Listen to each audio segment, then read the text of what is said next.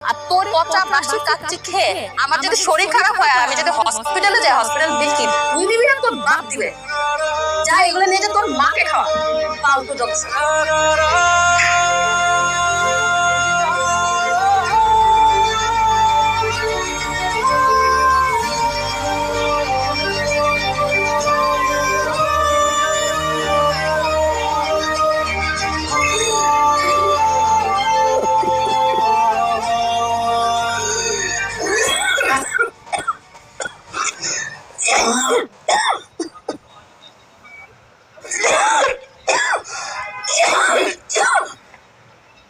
এই যে হ্যালো,